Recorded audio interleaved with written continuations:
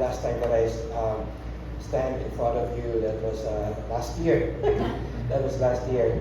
And I'm very thankful that I will be standing again. And actually, this morning, I am nervous to speak. I'm nervous not because I'm not prepared. I am nervous because I don't know if I can do justice with how my fellow speakers speak before.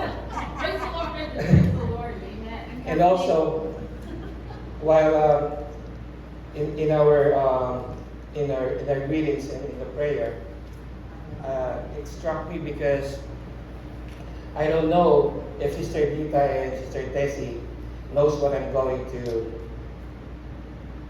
say to you this morning, because it kind of aligned with what I'm going to say. I don't know if they have a sneaky peek on my cheat sheet here, or thank God. I think it's the Holy Spirit that's connecting us all. Amen.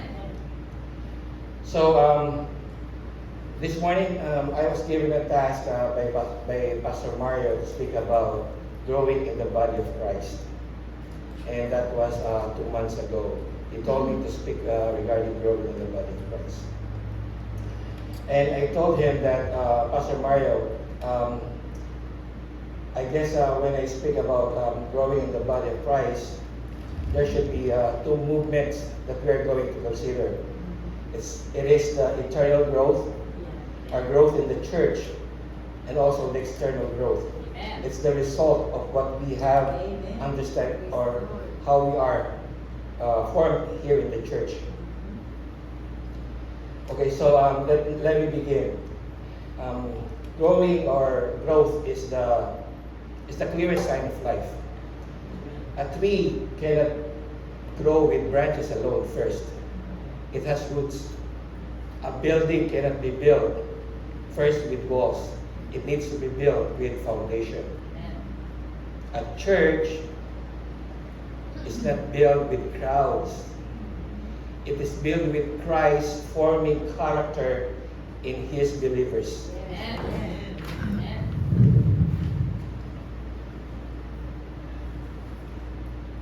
So for today, I'm going to speak about internal growth.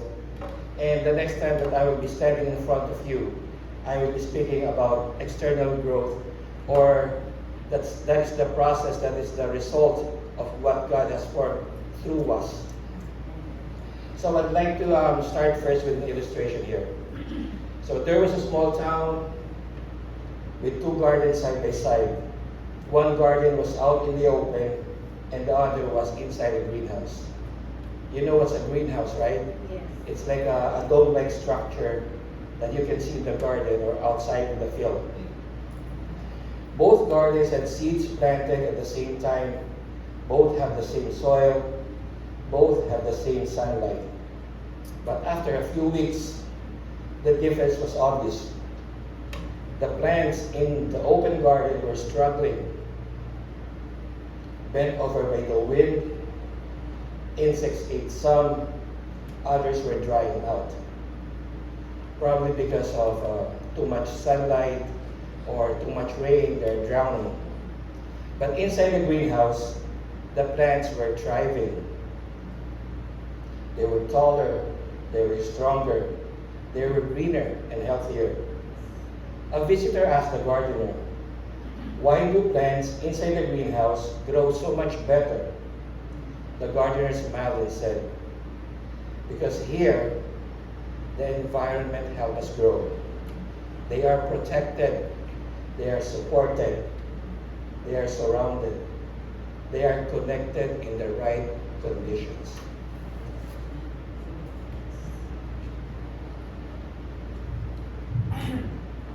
Brothers and sisters, when we gather in the church, it's so that our faith will be supported, that our faith will be supported, protected, and that our hearts will be as one.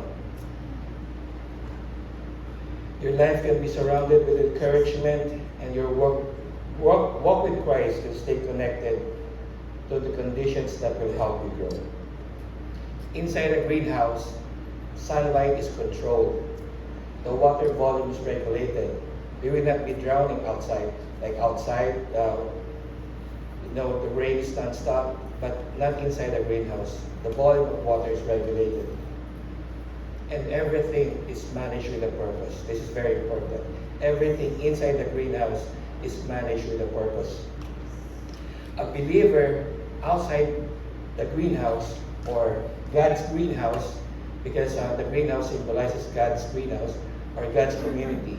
A believer outside God's greenhouse can say the same prayer, right? They can say the same prayer. They can listen to the same sermon.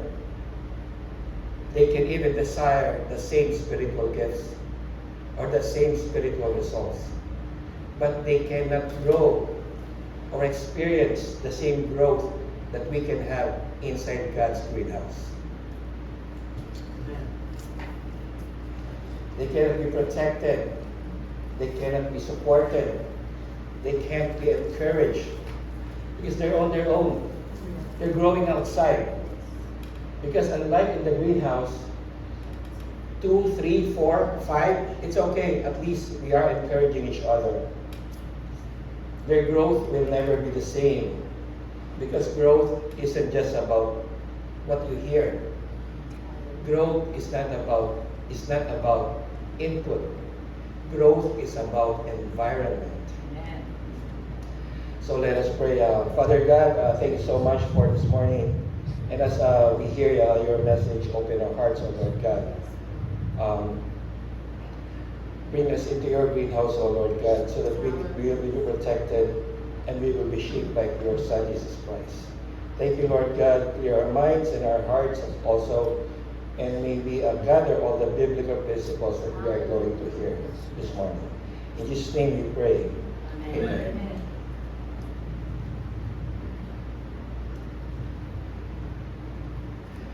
So the title of my sermon today is God's Growing Place.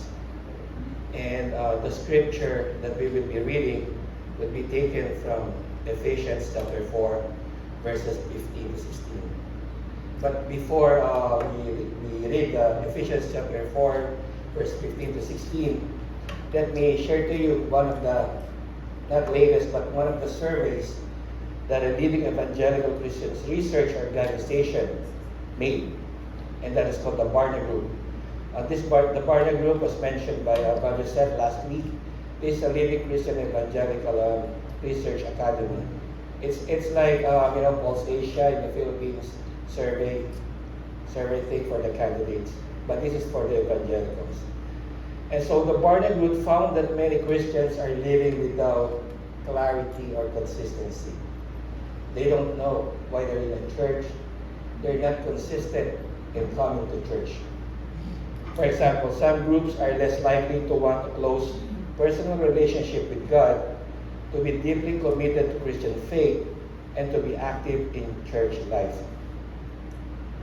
So after this survey, they come into a conclusion that the gap implies that many believers do not have a clear picture of what Christian living is. They just go to church and that's it. They don't know really what Christian living is. So in 1 Corinthians chapter 3, verses 1 to 3, can we put that out? It says, "Brothers, I could not address you as spiritual, but as worldly, mere infants in Christ. I gave you milk, not solid food, for you were not yet ready for it. Indeed, you are still not ready. You are still worldly, for since there is jealousy and quarreling among you, are you not worldly? Are you not acting like mere men?" Amen. Amen. So here, Paul is speaking to the Christian or to the Corinthian believers. And as we all know, in the time of writing, Paul is in prison. So he's not there. So he's just writing it as per the reports that he received. So his letter to the Corinthian believers, it has two validations. One is a good validation, and one is a bad validation. So we're going to start first with the good validation. He says in the first verse that they are saved. Why? Because Paul calls them brothers and sisters in Christ. They are saved and they are gifted. If we're going to look for 1 Corinthians chapter 1 verse 7, it says there, you are not lacking of any spiritual gift. That is 1 Corinthians chapter 1 verse 7. And they are spirit-filled. Corinthians chapter 12 verse 7. But to each one is given the manifestation of the Spirit for the common good. So these are the three things or three description that Paul gave to the Corinthian believers. That they are saved, that they are gifted, and that they are Spirit-filled. But wait, let's go to the bad validation now. So in verse 3, it says that you are worldly. In other translation, that you're still fleshly. So I'd like to paraphrase on this one, so that we can at least better understand it. So if I'm one of the Corinthian believers, and if I have a letter in front of you, or reading a letter in front of me, I would say, how come did Paul was able to say that we are fleshly? He was with us before, but after that, he's in prison. He's not here. He's not anymore with us. So what makes him say that we are fleshly or worldly? He doesn't see us. He doesn't see how we fellowship. No, he's not here. But according to reports that were brought to Paul in the prison, that they are fleshly and they are worldly. And Paul says, you should not be fleshly or worldly. Isn't it that you have jealousy and strife over you? And that is the evidence why I say that you are fleshly or worldly. And he says, the last verse in verse 3, he says in other version, you are not walking like ordinary men. It means that if you are saved, you are gifted, and you are Spirit-filled, you have the Holy Spirit in you. You are a new creation. You should not be walking like ordinary people. You have a new identity. But here's the thing. You're living with old habits. They're living with old habits. They had a spiritual life, but not spiritual maturity. They had gifts, but not growth. They had salvation, but not transformation. They were connected to Christ, yes, but they are not growing with Christ. Last February, the world witnessed how the Winter Olympics unfold. And I was able to have the opportunity to see it, especially the figure skating. The figure skating is so nice. And yes, US got the gold, we got the gold, but in a narrowest margin, just 1 point. If the last figure skater was not able to perform what he is expected to perform, by 1 point, US will get the silver. Japan wins the gold. So figure skating includes many singles. There's women's singles, there's pair skating and ice dance. All athletes most probably gave all they had. Their preparations must have been brutal, for they were at the point of giving up. Yeah, practice, preparations, and all of those things. Maybe some of them are saying, this is too much. I'm going to give up. But they did not. Their team's combined effort, every single one of them, is working together. Every team member is relying on and strengthening one another, encouraging one another. That was said a while ago, encouraging one another. Amen.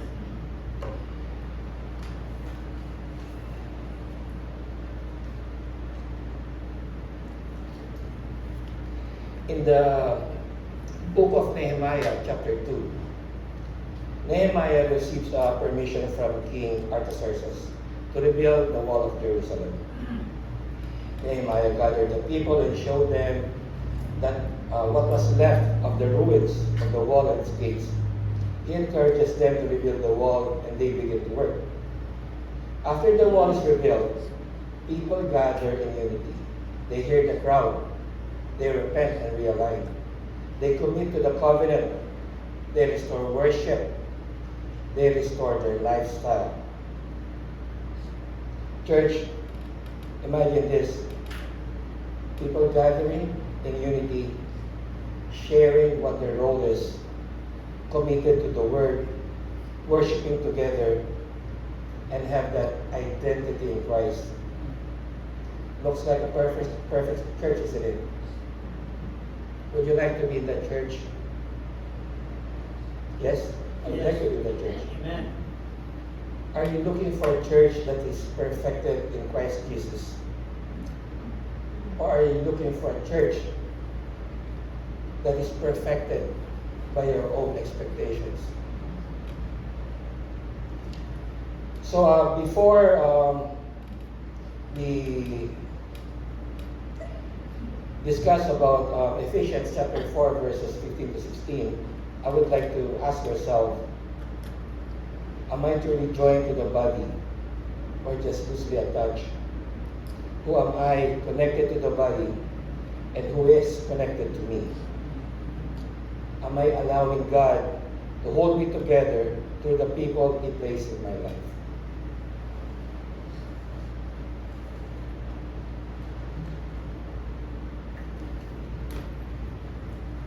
I have some problem with my throat, so I need to dehydrate my throat.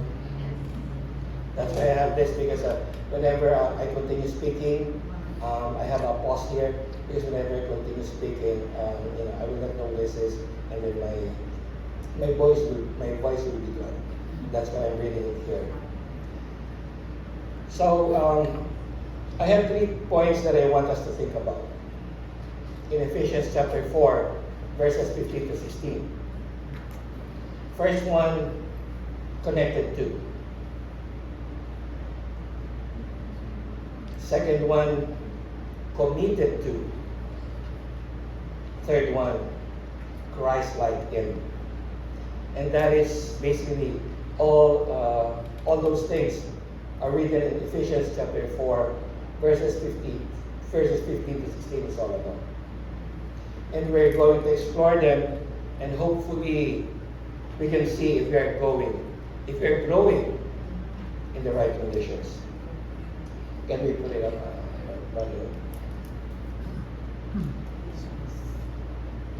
So let's all stand up, and we're going to read this together. Instead, speaking truth in love, we will in all things grow up into Him who is the head, that is Christ. From Him, the whole body, joined and held together by every ligament, supporting ligament, grows and builds itself up in love as each part does its work. Praise God. You visit that.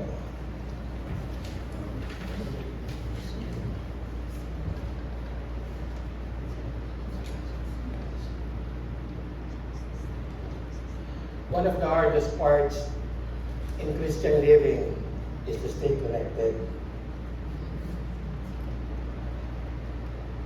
Why? Because in this world is so diverse. There's lots of advancement. There are lots of responsibilities that we have to do. And there are a lot of questions and comments that will come into our mind. If you're going to church or if you're not going to church, there will be questions like, how will I stay with these people? How will I stay with these people if they hurt my feelings? I don't like why he asks the questions. I don't like how he asks the questions. It's always the same people in church. That person is so loud. That person is annoying. I have work. I have matters to attend to. Non-stop blaming. Non-stop reasons. Non-stop habitual excuses. Let's repeat that word. Habitual excuses. Let me ask you, can a church decide who is allowed to pursue a relationship with Christ? Are you questioning God because the people in the church doesn't meet your expectations? Have you thought of the reason why you go to church? Have you thought of the expectations God wants you to be? Not coming to church because of work, family, or responsibilities. It's all good. It's valid. It's part of a real life. It's part of life. In Mark chapter 2, verse 27, it says that the Sabbath was made for man. It's only not valid if it becomes a habit. If it becomes a habit, it's not valid. There is a difference between attending a church and belonging to a church. Attendance is easy. Belonging takes commitment. You can sit in service and be spiritually isolated. Isolated feels right. Feels safe.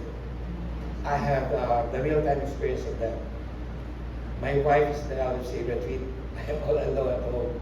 I feel like isolated. But it's good because I was able to, eat. I was able to eat what I want, Because May is always saying, do not eat this, do not eat that. But I was able to eat what I want, what I like, with no hindrances. Unlimited. It's like a buffet for me. But the enemy isolates and weakens you. The enemy pulls you away. Christ pulls you in. Amen. The enemy separates, but Christ connects. Amen. Brothers and sisters, we may not like the process, but the truth remains that from Him, the whole body is connected. Amen. That He is our firm foundation, our cornerstone, our head, our shepherd, our vine, our rock, that He is the bread of life. That we are connected to the vine, aligned to the cornerstone, directed by the head, protected by the shepherd, strengthened by the rock, and nourished by the bread of life. You cannot grow alone. God designs growth to happen in a community. Amen. In verse 16 of Ephesians chapter 4, I quote in a different version. It says there, as each part does its work. Not some part or some believers, but as each part. Meaning, every believer in God's greenhouse has a part. He has a role. He has a function to play. You didn't just stumble here into this church. You are not here by accident. You were here because God placed you here. He has a purpose why you are here. Amen. It's just like in a greenhouse where plants are thriving because they were placed there intentionally, with intentions, and with a purpose. We should understand, church, that as believers in Christ, we are not just in the body of Christ. We are part of the body of Christ.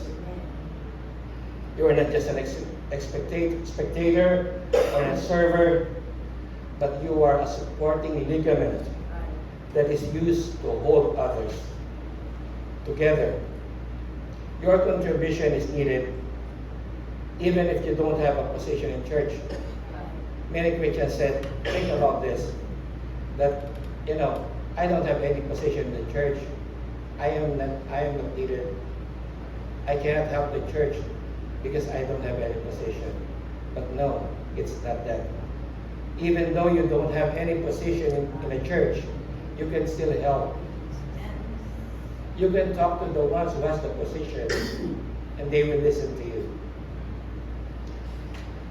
People think that a church is like a store. They go to church, they say their worship, they praise, and they go home. Expecting results because they have prayed, they say their worship. It's like going in a store, you get what you need. Go to the aisle, then go to the cashier, check out. Right? That's a store. And that is what most Christians thought of a church too. You go to a church not just to hear the word. You are here because you have something to bring. Amen. You have something to contribute. Your function requires consistency. Amen. Your function requires being connected to your Lord. You cannot support the body of Christ if you are disconnected. When it says there, when you do your part, the whole body moves.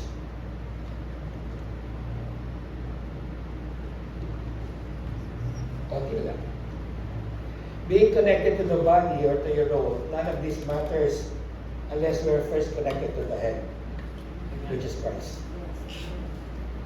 Because a body without a head is lifeless. A church without Christ is powerless. And a believer disconnected from Jesus is fruitless. No direction, no identity, no nourishment. In Colossians chapter 1, verse 18, He is the head of the body, the church. If the body is the greenhouse, Christ is the light, the life and the source that makes everything grow. In John chapter 15, verse 5, it says there, apart from me, you can do nothing. A believer doesn't survive disconnected with Christ. Christ is the only one that holds together. Not your pastor, not the worship team, not the elders, not the programs of the church, but Christ. Because if you're connected to Christ, your faith, your minds, your emotions, your purpose, and your relationships hold together. In a greenhouse, it doesn't hold the plants together. The life inside the plant holds it. And that plant does, and Christ is that life. This is why some believers feel spiritually confused about, they thought that being connected to the body follows that you are connected to Christ. They thought that just coming to church every Sunday, worshiping, you're already connected to the Christ. But no, you are not connected to Christ. You are connected to the body, but you are not connected to the Christ. Remember, Ephesians verse 16, it says you are a supporting ligament that grows and builds itself up in love as each part does its work.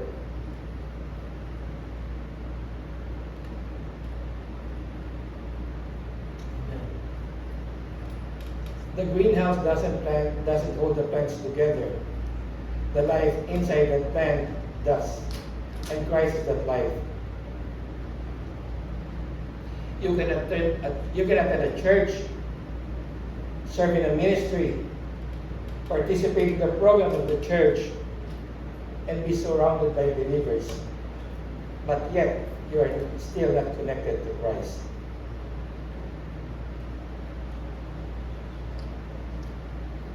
They are in an environment, but they are not in a relationship. They go to church, but they are not growing in Christ. And you know what's the clearest example of this in the Bible? Who? The very, what do you call this? Famous personality in the Bible. And this is also a famous personality in all the jeepney operators in the Philippines. Judas. He is one of the examples of being connected to the body, but not connected to Christ. In Matthew chapter 10, verses 1 to 8, Jesus gave the 12 authority to heal the sick, raise the dead, cast out demons, and preach the kingdom. He gave the authority to the 12. Is Judas included? Yes. Yes. Is he part of the ministry? He is, right? And in Mark chapter 6, verse 7 to 13, the 12 went out 2 by 2 and preached, cast out demons, anoint the sick, and heal the people. It doesn't say just the 11 who did the miracles. They did not exclude Judas. Judas is included. He is part of the ministry. He was fully involved. He is connected to the body internally, but never connected to the head.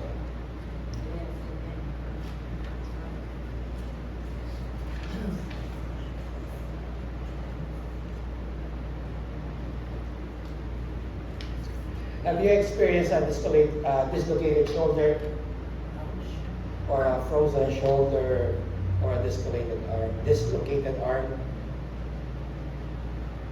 It's painful, isn't it? Others sort for a massage. Others go to a chiropractor just to ease the pain.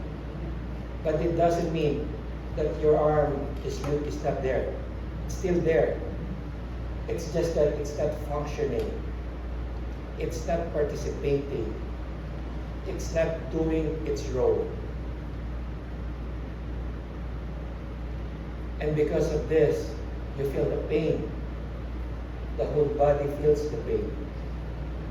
The whole body is limited. Does your arm need amputation? Of course no, it's still there. It doesn't need any amputation. What is needed is, it needs realignment. It needs to be put back where it belongs so that it can do what it was designed to do. Church, we were here in God's greenhouse. We are not here by accident. God planted us in here with a purpose, with intentions. The Church of Corinthians is a perfect example of dislocated believers. There's someone who is the body, who is in the body, but out of alignment. They're saved, they're gifted, they're spirit-filled, but they are misaligned. They are not amputated, they are just dislocated. And that's not just a problem today, or that's not just a problem with the Corinthians. This is also a problem today. Let me give you an example. Daniel, who is 32 years old, he got saved in his early 20s, had a genuine encounter with Christ, and even served faithfully in a season. People still remember how passionate Daniel was. But now, Daniel is just watching the church online. He just goes online. He listens to the sermons online. He's not being rebellious. He's just tired. Maybe lots of responsibilities. That's why he started for online. And he feels awkward showing up at the church. Why? Because it's been so long for him that he was in the church. And you know what? How he justify all these things? And this is very common. At least I'm listening to the sermons. That's how he justifies. At least I'm listening to the sermons. God knows my heart. Right? God knows my heart. And when prayer comes, he feels that he is praying in a thin air. And you know what's the another justification? Maybe I'm having a season. Maybe I'm just having a season.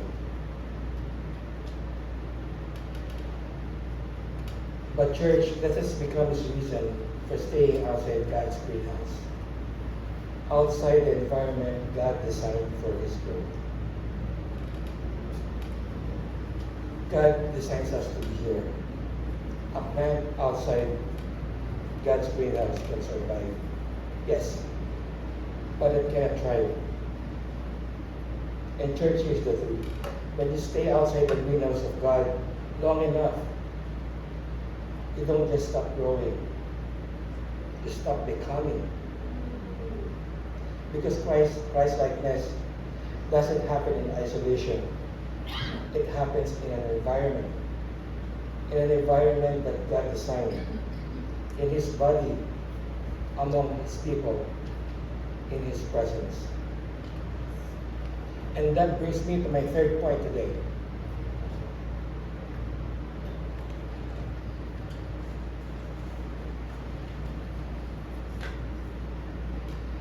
Christ-like, and there are three areas that I want to talk about Christ-like, on how to be Christ-like. First, we're going to talk about to be Christ-like in how we speak. Second, in how we grow. And the third one is how we follow. Most of us had a life-changing experience, right? Things that we used to do before, but when we started having this relationship with God, they all changed. I grew up in a Catholic tradition, just like most of you. We grew up in a Catholic tradition. Even in an old tradition, we were raised knowing that what to do and what not to do. We were raised what to speak and not to speak. We were raised how to deal with people socially and stay respectful. We were never taught to fight back. Never. Even sometimes we did. But here's what I've learned, church. Tradition cannot teach behavior, but only God, Christ, can transform the heart. And the transformation shows up first in one place, in how we speak. Let me put out an illustration here. A scenario. So, Janelle works in a medical office. One day, phones are ringing, there's a lot of patients. Patients might be frustrating, long line. And one of his coworker approached her, yelled at her, and says, "You have lost the paperwork again? How responsible are you? You're always dragging us down." After hearing this, she felt sad.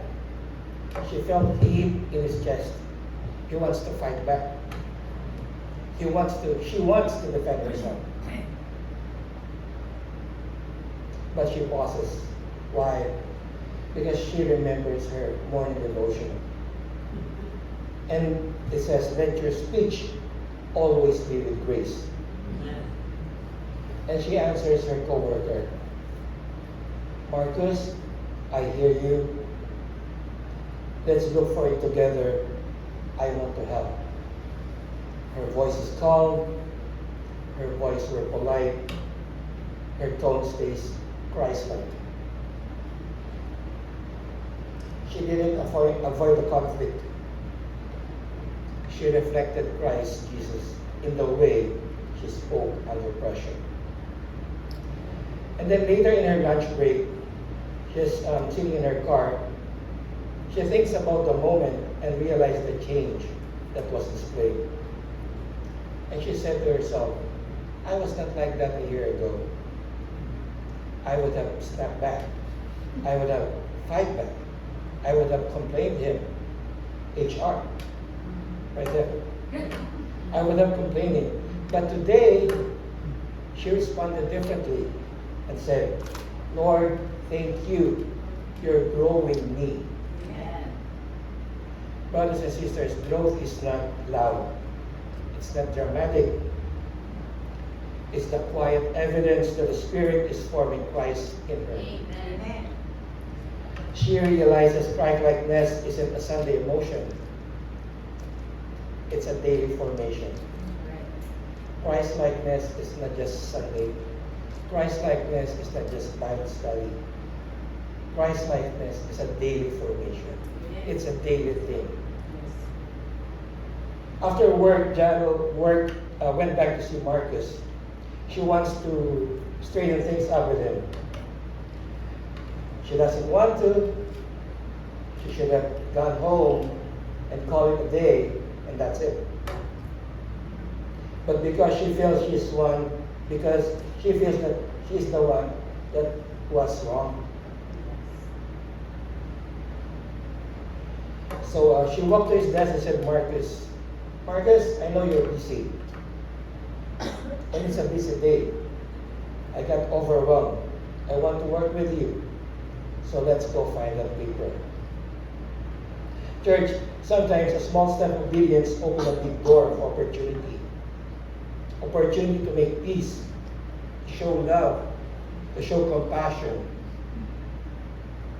Janet could have gone home, shut the door, and said, I'm done for today. But instead, she turned around, she walked back to Marcus, and she chose to make it right. She chose to make it right.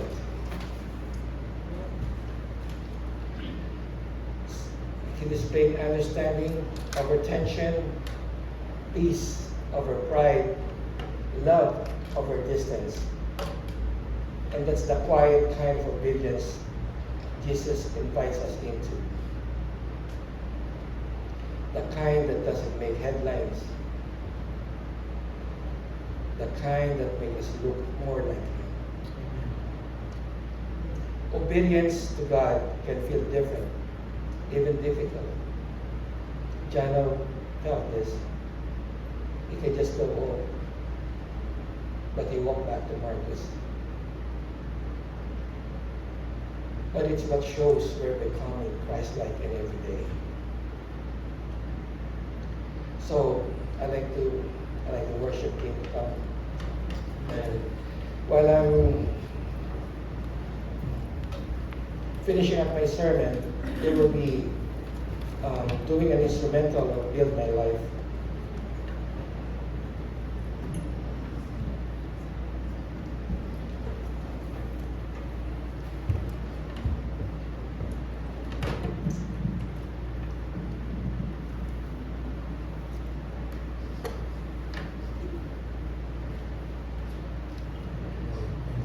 Church, God is a greenhouse for all of us. Place of protection, place of support, a place where we can feel nourished. The choice is yours. It's either you go to the greenhouse, inside the greenhouse, in His care, or you go outside. You grow by yourself. No encouragement, no support, no formation,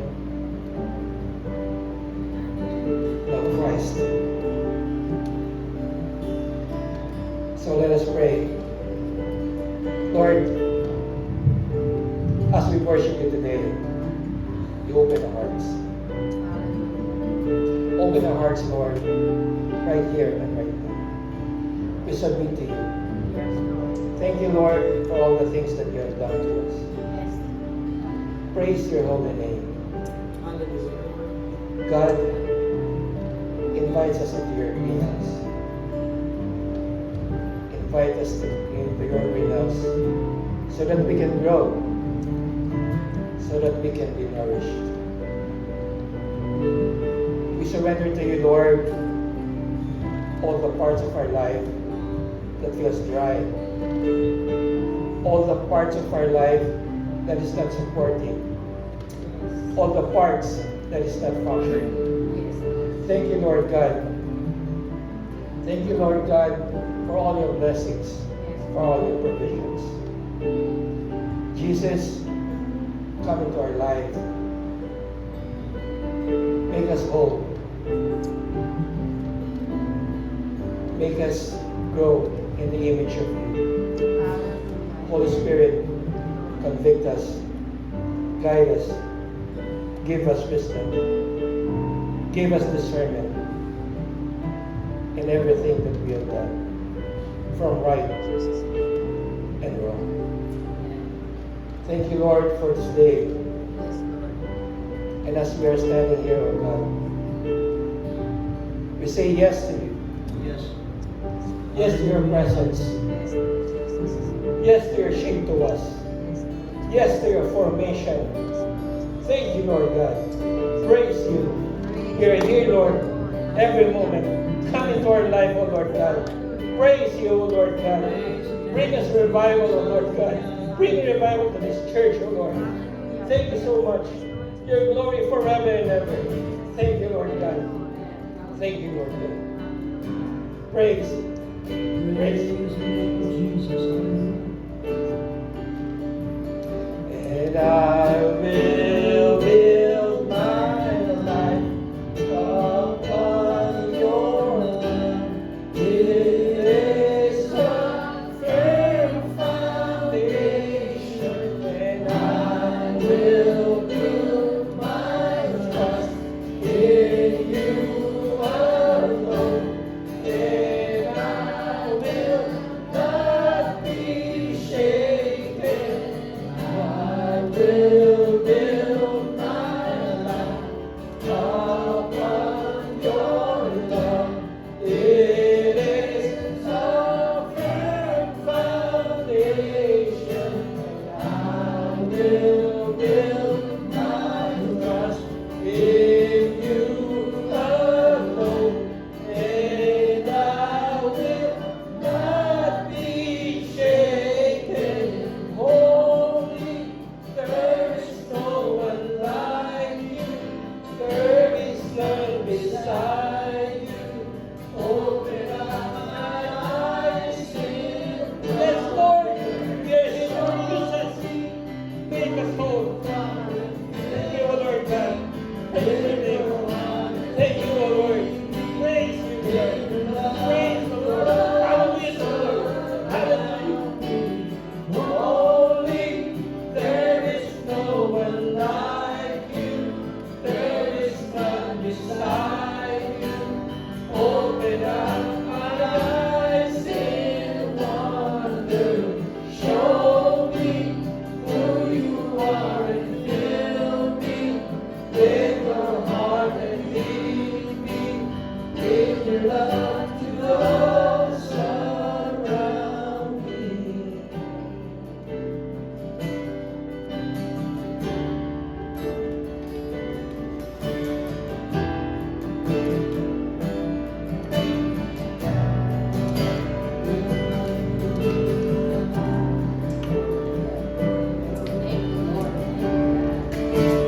Thank you, Lord. Praise your name. Hallelujah. Thank you, Lord. Thank you, Lord. Let's give a hand for Brother Judah Mack. Praise God. Glory to God. Amen. Praise God. So, as we continue to live, something really got me there.